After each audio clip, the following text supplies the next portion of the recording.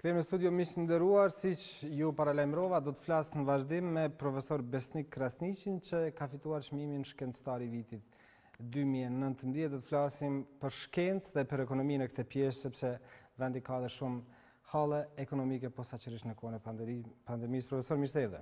Mirë se vjen. Kishim planifikuar që të flisim edhe ditëve më përpara, por për shkak të situatës që ndodhi rastisi se që sot të flasim. Është titulli që keni marrë, besoj, një prej titulleve më të rëndësishëm në karrierën tuaj, edhe pse biografinë tuaj e pash është shumë e pasur, por që të marrësh çmimin shkencëtar i vitit për vitin 2019 në Kosovë nuk është pak, besoj. Është mjaft inkurajuese, ndoshta keni pa përmendur në CV-un ku marrë edhe çmime ndërkombëtare, mirë po është një kënaqësi e veçantë kur institucionet vendore, vendi yt e vlerëson punën që bësh, punën kërkimore shkencore që është goxha sfiduese, sidomos në Kosovë për shkak të kushteve ekzistuese në të cilën jetojmë. Për çfarë konkretisht? Nëse ka qenë garë, çfarë saktësisht është çmimi? Çmimi shkencëtar i vitit është një çmim që zakonisht Ministria e Arsimit, Shkencës dhe Teknologjisë e ndon një herë në vit për të arritur atë shkencore një vit mbas, domethënë diku i vjen 12 muaj, në disa fusha, ndërsa unë kam marrë çmimin shkencëtar i vitit për vitin 2019 në shkenca sociale. Ai jepet njerëzve që kanë dhënë kontribut, që do të thotë me kriteret të qarta, që kanë publikuar në revista kredibile me impact faktor, që janë të indeksuara në Web of Science apo në Scopus, dhe vlerësimin që i ka bërë komisioni i pavarur, unë ndi veten shumë krenar për një çmim të tillë, i cili është një motivim jashtëzakonisht shtesë për të marrë me punë kërkimore shkencore në të ardhmen. Nëse diskutojmë për fushën në cilën konkretisht e kam marrë çmimin, janë 3 linja të studimit me të cilat unë jam duke u marrë aktivisht. Fokusi im është ndërmarrësia dhe rritja e firmave të vogla në vende si Kosova dhe vendet në tranzicion që kanë problemet më institucionale. Kuadër tyre një linjë studimit të cilën bashkëpunojmë me një grup të madh të profesorëve edhe ndërkombëtar, e bëjmë ndërlidhjen mes migracionit dhe ndërmarrësisë, se si mundet diaspora të shfrytëzohet për të mobilizuar mjete financiare dhe potencialin ndërmarrës, qoftë rikthimi i tyre këtu në Kosovë, qoftë shfrytëzimi i diasporës në vendet ku janë dhe mundësia e kompanive tona, ndërmarrësve tonë që të depërtojnë në tregjet ku ekziston diaspora jonë. Po ashtu një fushë tjetër e studimit është për informalitetin. Sot në botë, sidomos në Evropë, është një debat shumë i aktual, se çka duhet bëjnë qeveritë të ndryshme që ta zvoglojnë informalitetin, që njerëz të paguajnë tatimet, firmat të regjistrojnë punëtorët e tyre. Dhe në këtë kontekst kemi punuar shumë me Universitetin e Sheffieldit dhe kemi edhe punime që lidhen me Kosovën. Andaj ne në gazetari e quajmë feedback, por impakti asaj për çfarë ju keni marrë çmimin, çfarë ka qenë, profesor, në këto 3 fusha që ju përmendet? Po, ne kemi jap një kontribut të veçantë në aspektin edhe teorik, sepse sidomos me një studim që kemi bërë me Universitetin e Leedsit, ku unë kam qenë një prej autorëve kryesor, edhe që Kosova është rasti studimit, përmes atij studimi kemi ardhur në disa përfundime të reja, disa shpjegime alternative se si marrin vendime diaspora apo migrantët për të investuar në vendet prej nga vinë.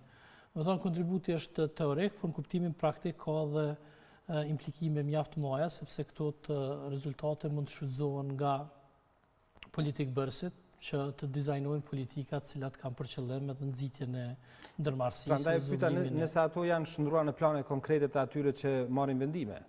Ajo mas madhe varet edhe nga politik bërësit, nëse ka kapacitete absorbuese qeveria. Por ekspertizën ju e keni ofruar? Ekspertizën e kemi ofruar, ka shumë që ka të bëjmë në shumë këto studime dhe Kosova është rast studimi, domethënë që janë direkt përfundime që kanë implikime për rastin e Kosovës. Mundësi për të bërë më mirë në aspektin ekonomik dhe ndërmarrësisë ka? Ka potencial ekziston, ne sot isha në një debat tjetër ku diskutuam gjëra gjatë përkundër këtyre vështirësive për të cilat po diskutojmë. Ne në ndërmarrësi në këtë fushë që unë studioj, themi që oportunitetet ekzistojnë gjithkund. Madje edhe në kohë të pandemisë, të krizave, tërmeteve, njerëzit që janë ndërmarrës i kapitalizojnë këto mundësi dhe ndoshta janë një mundësi e mirë që të rishikojnë planet, strategjitë e tyre, objektivat, besa të bëjnë ndoshta ndonjë transformim digital, cilin e përshpejton kjo faza e fushat për këtë. Për këtë arsye shpeshherë këto krizat nxjerrin në pa nga njerë dhe kreativitetin e firmave dhe kreativitetin e ndërmarrësve për të bërë zgjidhje dhe për të shkuar tutje. Kanë vepruar me kohë, kanë zënë hapin mëse hymë në këtë temë tashme që pandemia na imponoi shumë zhvillime.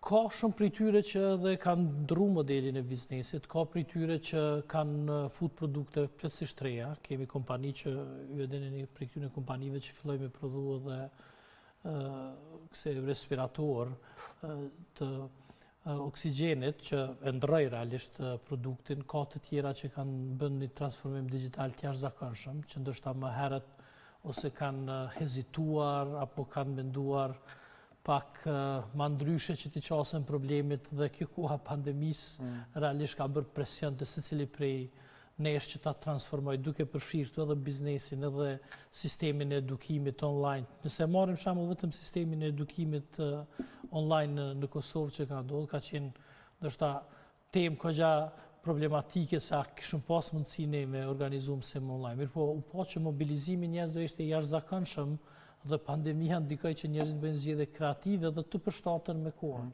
Po i bie që për shkencëtarët asgjë s'është e pamundur. Asgjë s'është e pamundur dhe kjo është shprehje tipike e shkencëtarëve, në afat gjatë gjithçka është e mundshme, bëhen shpikje të ndryshme në gjitha fushat dhe i çojnë proceset përpara. Kapacitetet prodhuese dhe ofrimi i shërbimeve në aspektin online dhe digital. Profesor, u shndruan ndërmarrjet, bizneset filluan ta bëjnë këto, por si kulturë për t'i marrë ato online, a e kemi këtë apo na duhet ende kohë, sepse kur dikush prodhon, fillon të bëjë diçka, pastaj edhe ai që është konsumator në këtë rast si po vepron, apo mund të adaptohemi? Shikoni, për të ndodhur ky transformimi digital, normalisht që varen shumë faktorë. Jo vetëm transformimi i kompanisë, po dhe do të ndodhë transformimi edhe te vlerësit potencial, edukimi i tyre. Një për problemeve kryesore që kam vretru në sidomos në vende si Kosova ka qenë besimi në blerjet online. Dhe ajo po t'i kalohet gradualisht, kompanit janë serioze, zakonisht që përbohen ofertave dhe porosive dhe kjo veç që ka lecu këtë procesin e blerjeve online. Tash ne kemi një popullat të re, kemi një penetrim të internetit jashtëzakonisht mirë, mund të them që është ndër më të mirë në rajon, sidomos tek penetrimi internetit në viset rurale. Pothuajse Kosova është për vendeve më të mira të Ballkanit që kanë një mbyllëshmëri të internetit dhe këtë kjo unë mendoj që është duke dhënë kontribut dhe do të jetë një stimul si madh për zhvillimet e ardhshme, po edhe për t'i kalimin e kësaj situatës në cilën jemi. Dua të flas edhe për aspektin ekonomik, pakon ekonomike këto, por vetëm tek titulli edhe një herë të atë se sa ka mundësi që të bëhet shkencë në Kosovë. I dim rrethana debati madh për arsimin, për publikimin revista shkencore e gjëra ngjashme. Kushte objektive për bërë shkencë në Kosovë sa ka? Shikoni, kushtet nuk janë shumë të përshtatshme, mirë po nuk janë arsye që njerëzit mos merren me shkencë. Mbi të gjitha, njerëzit që merren me shkencë duhet të kenë pasion. Me nga njerë kur më pyesin njerëzit dhe studentët e mi dhe gjithë se është vështirë gjithë këtë punë dhe publikimet që bëhen, unë ju them, po kjo është punë shumë e lehtë për arsye se e kam edhe profesion edhe hobi. Në momentin që gërshëtohen këto dyja, atëherë nuk ka ndonjë pengesë. Normalisht që mungojnë resurse, shembull, mungojnë resurse financiare dhe nëse shikon se si është zhvilluar çelulat e kërkimit shkencor në Kosovë, e shohim që kryesisht janë individuale, nuk janë sistematike, nuk kemi fonde specifike që të bëjmë thirrje për aplikime ku njerëzit vinë me ide. S'ka stimulim? S'ka stimulim të mjaftueshëm. Ka fillu kohëve të fundit, janë disa stimulime të vogla, por po flas për projekte. Nuk është stimulim vetëm pagesa e pjesëmarrjes në një konferencë shkencore. Është po s'është e mjaftueshme, unë po flas për projekte me qindra mijëra euro. Fundja fundit secili që bën një punim shkencor ose një zhvillim të rëndësishëm dëshiron që ta sheh edhe produktin e atij zhvillimi. Pa diskutim. Dhe për këtë pastaj është lidhja e universitetit kërkimit shkencor me sektorin privat, që ky kërkim shkencor tjetë aplikativ kuptimin që t'i ndihmoj sektorit privat me kriju avantazhe. Dhe kjo na ka kriju probleme, dhe kur është çështja te kushtet, ne i shohim se kryesisht këto qelula që kemi, që zakonisht janë në Universitet Prishtinës, po dhe edhe më gjerë, i kemi disa grupe të hulumtuesve që kanë ndonjë link me universitetet e jashtme. Për arsye se dëpërtimi dhe publikimi në revista shkencore më prestigjioze në fushës çështje dhe kredibilitetit, do thonë nuk është e lehtë që një grup i hulumtuesve për një vendi sikur Kosova të arrijë dhe të publikojë në rangun më të lartë shkencor. Dhe ky bashkëpunim ndërkombëtar, dhe këtu ndoshta është çështja e ndërkombëtarizimit në çështjeve prioritare që duhet t'i ketë institucionet edukative, po sidomos ato që merren me kërkim shkencor, sepse dëpërtimi në revista shkencore dhe në komunitetin ndërkombëtar të shkencës është një rrugë e trasuar dhe më e lehtë. Në vendet të zhvilluara demokratike ku punimet shkencore dhe ato çfarë bëjnë shkencëtarët janë një farë kushtetute, po të them kushtimisht për politikë bërësit, tek këtu nuk është që është praktikuar shumë. Apo shndrohemi në një diçka që vetëm japim ide dhe ekspertizë, por në praktik bëhet sërish çfarë kanë politika ata që janë në politikë. Shiko, në Kosovë këto dyja ka qenë pothuajse të shkputura, do të thonë edhe pse është prodhu në një farmase rezultate shkencore, ato rezultate në mas madhe nuk janë marrë parasysh prej qeverive, gjithave. Shpresoj që ky trend do të ndryshoj. Mund të themi që kërkimi shkencor dhe këto rezultate, sidomos në fushat sociale ku po flasim, janë ekskluzivisht të destinuara për politikë bërësit, sidomos në fushën e ekonomisë, po dhe në fushën e problemeve tjera sociale. Ndoshta duhet të ngritet vedia dhe kultura politike, sidomos e njerëzve që janë në institucione, për arsye se duhet të kemi edhe kapacitete absorbuese të njerëzve që nuk paramendohet shembull në një vend demokratik në botën perëndimore që të merret një vendim pa u angazhuar institute specifike për të analizuar situatën, për të ardhur me rezultate dhe të dhëna, të cilat janë valide, të cilat janë të testuara dhe që i kontribuojnë zgjidhjes së problemit. Dhe pastaj merret vendimi dhe përcjellet. Bile zakonisht në politikë bërje, sidomos në vendet e Bashkimit Evropian, bëjnë pilot projekte. Shembull, nëse don me marrë një masë, angazhohen ekspertët e shohin se si po zhvillohet dhe nëse ajo ka pasur sukses, pastaj e implementon në krejt sektorin. Te ne nuk është shumë i zhvilluar. Te ne nuk është që formalisht janë marrë takime qoftë me ekspert, por zim praktik sa janë marrë, apo ato janë bërë vetëm sa për të thënë që ka qenë një takim me ekspert. Shkoni, nëse politikëbërësit nuk e përjetojnë, nuk e kanë praktik të punës, nuk mjafton vetëm ne t'ja dërgojmë një raport kërkimor. Shembull, tash janë disa institucione kërkimore, odat ekonomike, donatorët, janë duke punu hulumtime empirike që lidhen me fushën e Covidit dhe ndikimit të koronavirusit në ekonomi. Tash këto studime me siguri ju dërgohen politikëbërësve qarqeve të ndryshme. Sa i marrin politikëbërësit ato dhe shndrojnë në praktik të punës, dhe sa ata janë të orientuara vazhdimisht ka disa kërkime empirike që me ndihmu punën e tyre, është çështje që mbetet në përgjegjësinë e tyre. Po kthehemi te meritokracia. Edhe në politikë, edhe në institucione tjera dhe gjithkund. Po, normalisht që nuk mundi me ikë kësaj teme, nëse kemi njerëz të cilët e kuptojnë shkencën, nuk do të thotë që në politikë bërjet kemi njerëz shkencor, pa diskutim. Të nevojitën të jenë njerëz të cilët dinë me shfrytzu këto rezultate për nevoja të politikë bërjes. Madje ndoshta nganjëherë edhe pa u thelluar në hulumtimin shumë të problemit, po krijon indikatorë të cilët e përcjellin situatën edhe në aspektin ekonomik edhe në fusha tjera sociale. Ta zëm shembull, nëse kemi bërë hulumtime shumë për informalitetin në Kosovë, ne kemi informata shumë sakta se çfarë duhet bëjë administrata tatimore për me luftu informalitetin.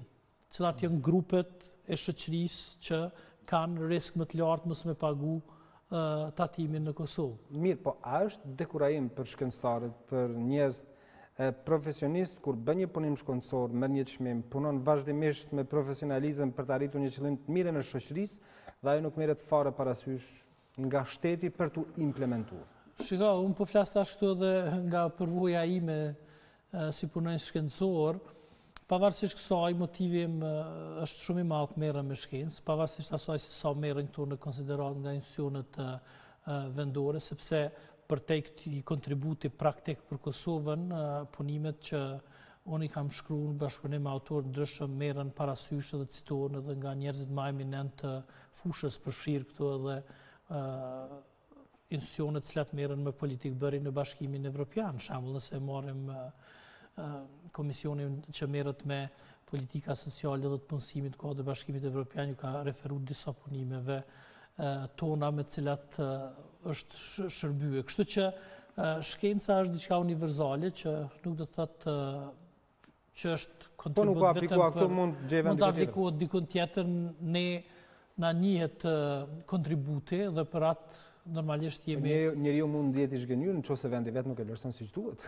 Ajo është problematike sepse... Është edhe emocionale, është edhe... Ne kur e dim që diskutohet për një problem, që ndoshta s'ka informata, dhe në anën tjetër e shohim që ne kemi bërë humblimtime të mjaftueshme në atë fushë dhe kemi informata dhe çka i ofrojmë organeve kompetente ose gjendëse për politikë bërje, atë pak është zhgënjyse, sepse tek e fundit Kosova është vendi ynë dhe krejt ajo që dojnë është që punën që bëjmë të shkon në drejtim të zhvillimit ekonomik të vendit. Me që jemi te ekonomia dhe këtë e keni më shumë si fushë, jemi një situatë ku debati për ekonominë po na mund politika për shkak të zhvillimeve që po ndodhin, po baza gjithsesi është ekonomia, sepse po përballemi me një situatë goxhat pa lakmueshme ekonomike. Ju keni punuar edhe vullnetarisht, po themi kështu, në idetë tuaja, planet tuaja për këmbjen ekonomike. Sa mund të shpëtojmë pa pas dëmë të mëdha ekonomike nga kjo pandemi? Shikoni, dëmet tashmë veç ekzistojnë. Ne duhet ta kemi të qartë se nuk mund të dizajnojmë politika të tilla që të rikuperojmë këto dëmet që i kemi. Sepse është vështirë shembull të rikuperojmë një dëm që dikush e ka humbur tregun në Evropë. A kemi të qartë. Po përmes këtyre masave duhet t'ja lehtësojmë bizneset dhe të shpëtojmë, po aq biznese sa është e mundur. Një pi problemeve kyçe, domethënë kur është fjala të politikë bërja, është koha dhe momentumi kur duhet të intervenohet në ekonomi.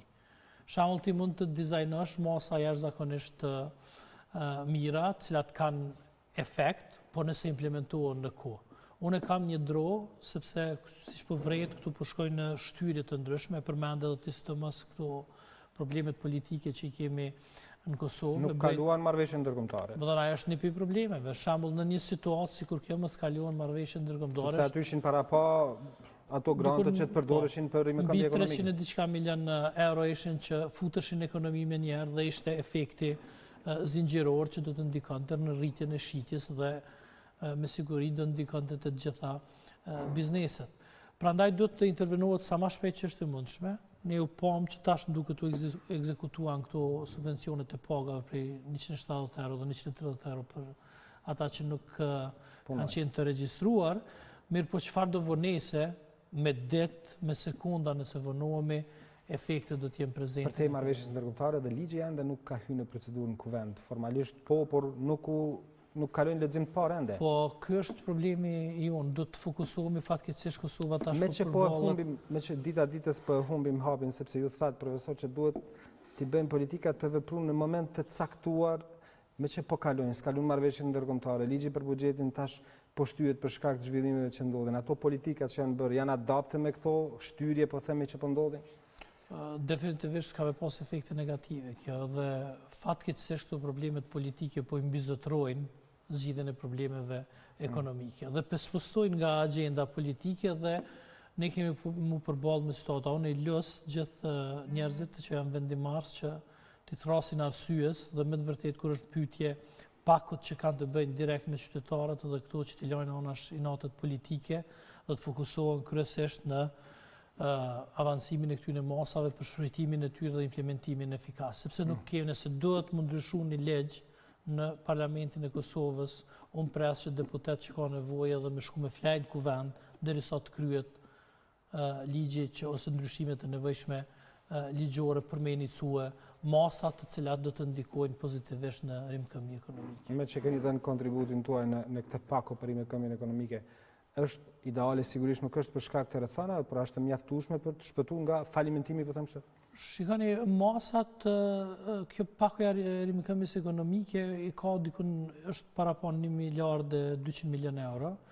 është kogja ambicioze, nuk është e mjaftueshme, vendet tjera kanë bërë edhe më shumë, por ne vazhdimisht duhet të flasim kontekst Kosovës, të shohim se cilat janë parametrat ekonomik Kosovës, dhe cilat janë mundësitë e burimeve të financimit. Ne e dim saktë sa mundim me marrë bërç publik, sa janë huajt jashtme, sa janë donacione, sa janë para të buxhetit, sa mundim eventualisht me investu ose me emitu fletë obligacione, ose eventualisht para të trustit edhe. Dua të ndalim të dy tema. Ka shumë një debat madh nëse ja vlen të rritet borxhi publik. Ja vlen të rritet borxhi publik për rrimë këmbë ekonomike? Unë këtë situatë, unë si ekonomist, konsideroj që duhet të rritet patjetër borxhi publik. Dhe në çfarë përqindje mund të shkojmë?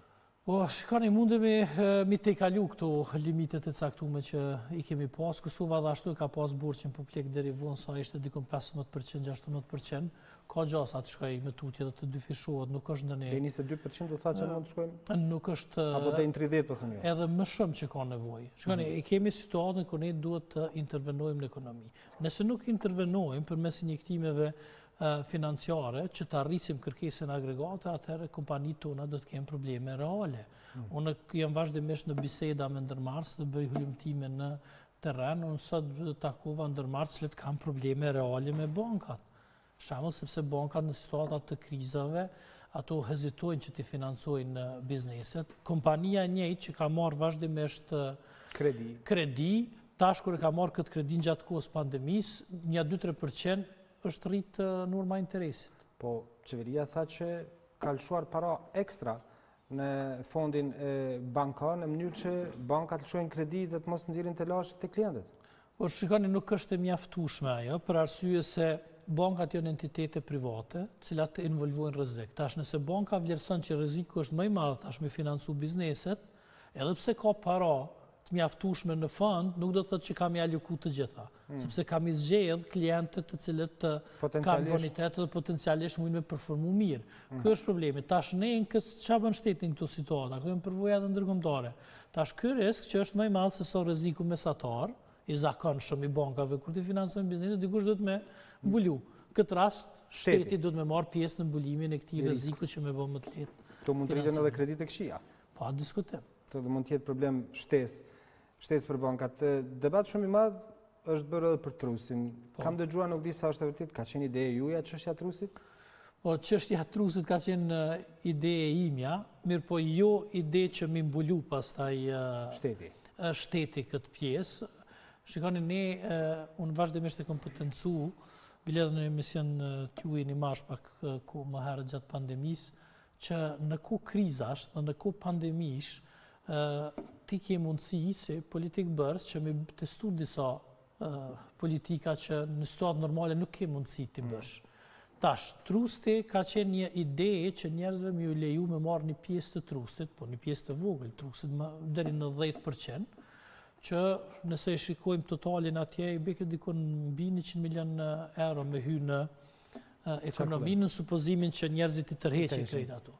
Mirë po tash u avancu kjo ide për politikë bërësve dhe për qeverisë fundit ka avancu në atë që duhet të mbulohen edhe të kthehen prap qytetarëve këto mjete, që është këgja një barë madhe. Jo, e kam pas këtu para një javë ministren e ekonomisë zonë Hikmet Berami ka thënë që nuk mund të mbulohet sepse do të krijohet një pabarazi, një padrejtësi e madhe. Po, unë pajtona plotësisht me ministren këtë aspekt, jam me ju leju njerëzve që të tërheqin ato mjete, sepse është kohë e krizës dhe neve na nevojitet me stimulu kërkesën, sidomos kërkesën për disa produkte që janë jo esenciale, për të cilët njerëzit hezitojnë me ble, sepse në kohë të krizave zakonisht njerëzit i rishikojnë planet e tyre të shitjes.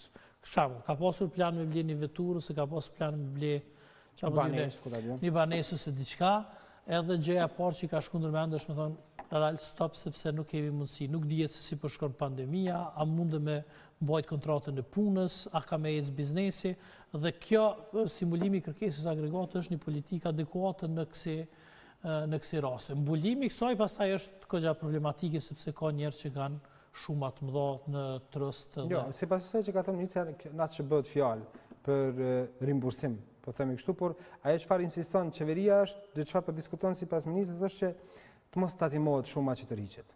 Po ajo është një mundësi e mirë sepse ju lënë dorë më shumë para për blerje, për qarkullim qytetarëve të Kosovës, rrëdhëmisht bizneset do të kenë më shumë punë, më shumë shitje dhe kjo do të ndikojë pastaj në mënyrë zinxhirore në zhvillimin e sektorit privat, që në këtë kohë është shumë e domosdoshme. Dhe kur po flasim të trusti, janë një numër i madh i njerëzve që po flas siç e merr vesh populli kanë punuar në zezën, profesor pa kontrata pune, pa dhënë kontributën e trust dhe një mira shumë të tjerë që kanë as nga 100 euro kursimin e trustin pensionar të Kosovës.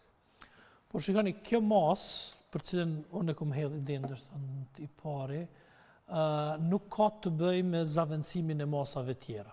Shembull, qeveria ka një plan që dhe i ka disbursuar mjetet dhe për ata që janë të regjistruar fare si punëtor i kanë marrë nga 130 euro. Do të thonë kjo është veç si masë shtesë për ata që dëshirojnë në baza vullnetare me tërheq.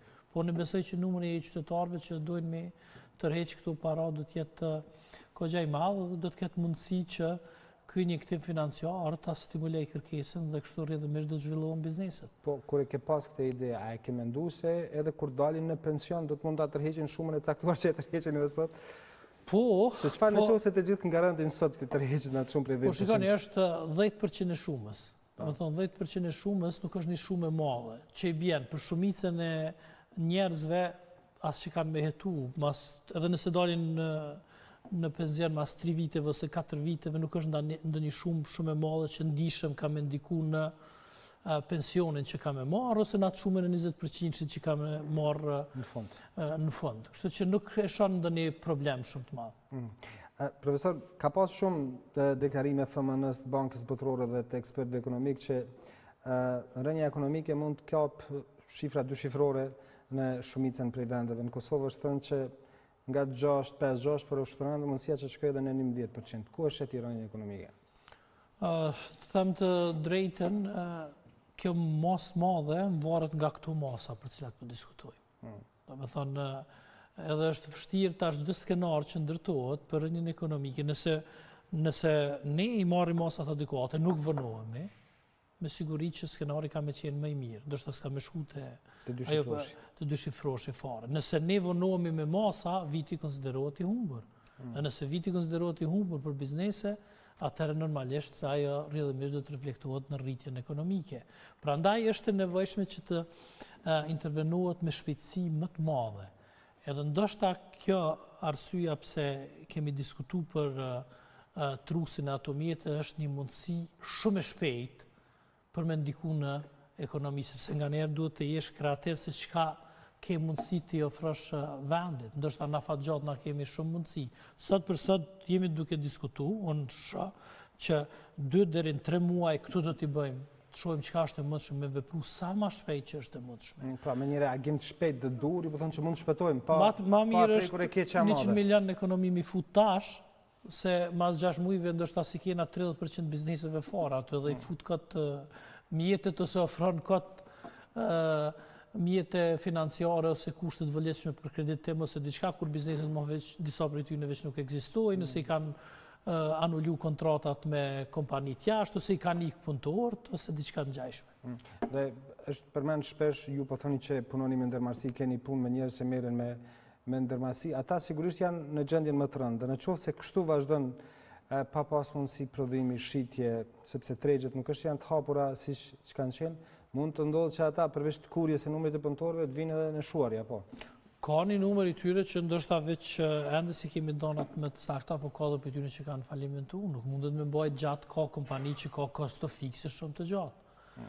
Ta shikoni ka biznese shembull fillestare, që ndoshta ka bëjë investime të mëdha dhe ka fillu para 6 muaj para pandemisë, ose ka fillu në vitin 2019, dhe është në atë ciklin që e quajnë në atë biznesit, ku ende s'ka fillu me gjeneru të ardhra për me mbulu shpenzimet, për ato kompani është katastrofike.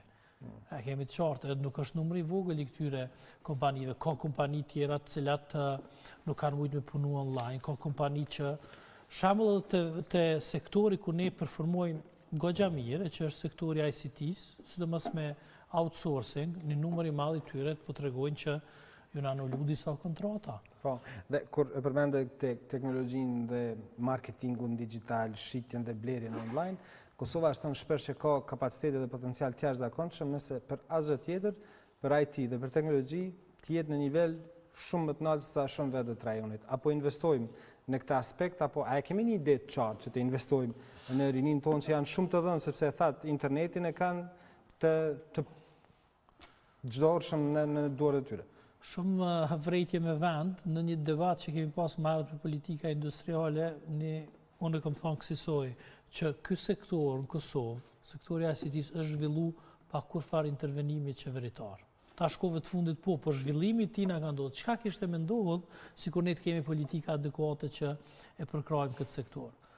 Dhe që ta kemi shumë qartë, ne kemi një popullsi 3, po nuk do të thotë që kjo popullsi 3 është statike dhe ka me mbetë kështu vazhdimisht. Edhe në Kosovë duke u bërë ndryshimet të mëdha demografike. Dhe ne në aspektin ekonomik themi që ndoshta 10 vite, 15 vite të ardhshme ne mund të kemi përfitimet mëdha nga ky sektor. Nëse nuk arrim gjatë kësaj faze, atëherë është problematike. E dyta është edhe rritja e kostos. Ndoshta për momentin ne jemi të lirë, po për disa projekte po tregojnë dhënat që i kemi më të fundit në disa fusha më konkurrentë dhe në aspektin e çmimit kanë dalë edhe Maqedonët edhe të tjerë. Sepse këtu desha dalë, sepse një kam shumë miq që punojnë në këtë fushë dhe punojnë me kompani me renome ndërkombëtare dhe nëse këtu në Kosovë nuk arrin ta bëjnë, ata kollaj siç janë zhvendosur një pjesë goxha e madhe tyre, mund zhvendosen edhe të tjerët. Bile në këtë sektor zhvendosja është shumë e lehtë sepse edhe shumica punës ose krejt puna bëhet online. Domethënë s'ka kost të daljes pi Kosovës edhe në shkuarja në Maqedoni apo në një vend tjetër këtë botën e tretë. Mobiliteti është i jashtëzakonshëm dhe mundësia e mirë që bizneset marrin vendime të shpejta. Po shpresoj që politikbërësit do të nisin me në fund që t'i marrin parasysh punimet dhe ato çfarë ofrojnë njerëz të fushës shkencëtarët me punimet e tyre dhe me ekspertizën e tyre. Profesor, faleminderit shumë, sukses në karrierë. Faleminderit shumë për Ishte kënaqësi që biseduam bashkë. Gjithashtu. Miq nderuar, faleminderit edhe juve që na ndoqët. Ishim bashkë nga ora 17:15, biseduam në pjesën e parë për akt akuzat që ka ngritur doma e specializuar e prokurorit të gjykatës speciale dhe biseduam me shkencëtarin e vitit, profesorin Besnik Krasniqi. Ju uroj mbrëmje të këndshme bashkë që jemi nesër në 17:15. Mirupafshim.